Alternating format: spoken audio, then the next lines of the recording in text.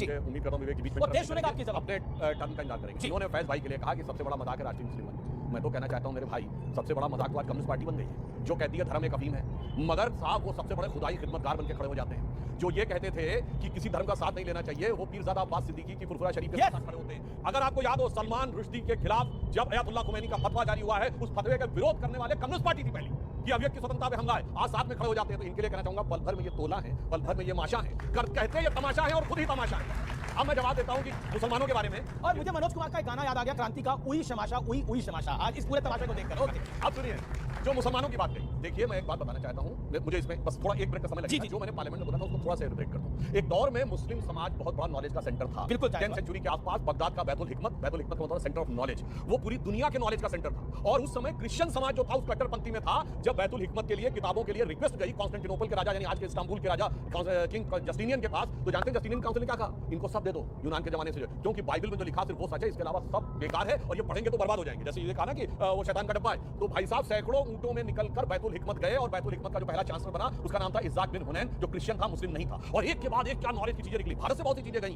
जो सूर्य सिद्धांत का ट्रांसलेशन हुआ सिंध हिंद के रूप में, ये सुश्रुत संहिता का ट्रांसलेशन हुआ अल सुश्रुत के रूप में। उसके बाद जो मैंने बोला था अलजब्र से अलजेब्रा आया, अल ख्वारिज़्म से एल्गोरिथम आया, उसके बाद सन्नाटा हो गया मुस्लिम वर्ल्ड में। 500-600 साल तक एक कोई साइंटिस्ट नहीं पैदा हुआ। और मैं पाकिस्तान के एक बहुत बड़े थिंकर है उनका बोल रहा हूं, साहब एक बाल पेन की निब नहीं बना पाए, एक वाइपर नहीं बना पाए, और उसके बाद कहा कि हम साहब वेस्टर्न सिविलाइजेशन से लड़ेंगे। 500-600 साल के बाद यदि एक बड़ा साइंटिस्ट पैदा हुआ, I am talking about not India, आलम इस्लाम में, तो डॉक्टर एपीजे अब्दुल कलाम।